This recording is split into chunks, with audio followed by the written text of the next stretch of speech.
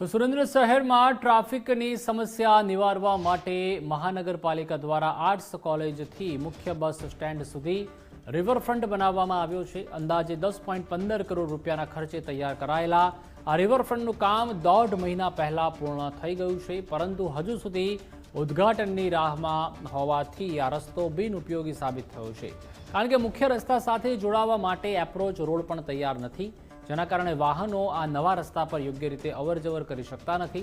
મહાનગરપાલિકાના અણઘડ વહીવટના કારણે પ્રજાના ટેક્સના કરોડો રૂપિયા વ્યર્થ ગયા હોવાનો સ્થાનિકોનો દાવો છે। સુરેન્દ્રનગર શહેરમાં બસ સ્ટેન્ડથી તમામ મુખ્ય માર્ગો પર ટ્રાફિક સમસ્યા લાંબા સમયથી વાહન ચાલકો માટે માથાના દુખાવા સમાન છે। ત્યારે આ સમસ્યા દૂર કરવા ભોગાવો નદીની સમાંતર રિવરફ્રન્ટ રોડ બનાવવાની કામગીરી હાથ ધરવામાં આવી, જેમાં પ્રથમ ફેઝમાં જિલ્લા પંચાયતથી આર્ટ્સ કોલેજ સુધી રસ્તો તૈયાર થઈ રહ્યો છે અને હાલ ત્યાં ઘણી વાહનોની આવક પણ થવા લાગી છે, પરંતુ આર્ટ્સ કોલેજથી બસ સ્ટેન્ડ સુધીનો ભાગ ખુલ્લો રહેવા છતાં આરંભ ન થવાના કારણે જનતા અને વાહન ચાલકો માટે મુશ્કેલી ચાલુ છે। સુરેન્દ્રનગર મહાનગરપાલિકાને જ્યારે આ રોડ બનતો હતો ત્યારે પણ અમે અનેક વખત રજૂઆત કરી હતી કે જરાક બુદ્ધિનો ઉપયોગ કરીને આ રિવરફ્રન્ટ બનાવો, પરંતુ આ ભ્રષ્ટ અધિકારીઓ કે જેને માત્ર ને માત્ર કોન્ટ્રાક્ટરો સાથે ગઠબંધન કરી આર્થિક ઉપાર્જન કરવા સિવાય લોકોની પ્રાથમિક સુવિધા અને લોકોને સુવિધા મળે એ બાબત કોઈ પણ જાતની દરકાર નથી। તેથી અમારી તમામે તમામ વાત અવગણી અને જેના પરિસ્વરૂપ અત્યારે રિવરફ્રન્ટ જે બનેલો છે એ બંધ હાલતમાં છે। બાંધકામમાં જે કંઈ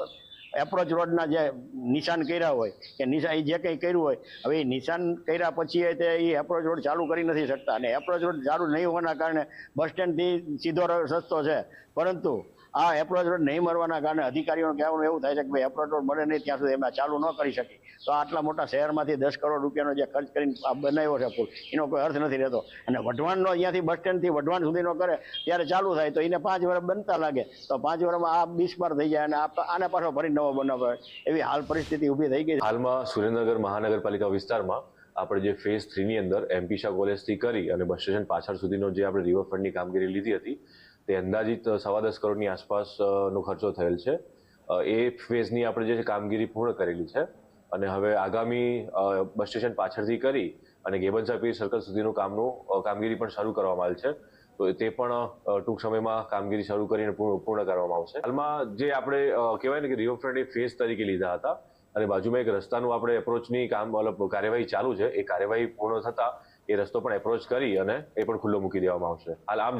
નાગરિક માટે પણ રસ્તો ખુલ્લો છે, પણ એપ્રોચ રોડ માટેની કાર્યવાહી અત્યારે ચાલુ છે।